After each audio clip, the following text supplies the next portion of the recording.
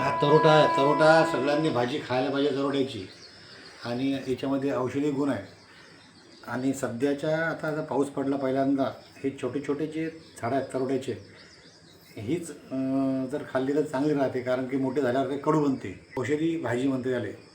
आणि हे जर भाजी जेव्हा सीझन आहे तर 3 ते 4 तर आपण खाल्ली पाहिजे. म्हणजे आपले जे हातपाय दुखणं असते, कंबर दुखणं असते, बोनचे जे प्रॉब्लेम असतात ते चांगल्या प्रकारे होतात. आणि हे त्यासाठी गुणकारी आहे. भाजी तोडताना हे खाली जे 2 पान दिसून राहिले, 2 जुळे पानं, हे जे जुळे पानं दिसत आहे,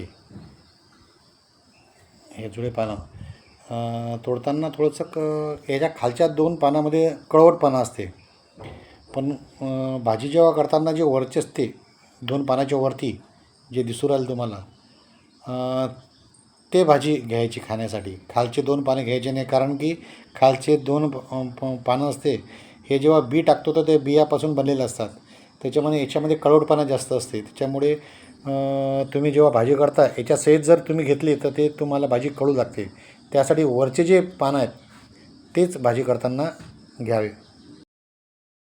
अशा प्रकारे भाजी बनल्या जाते.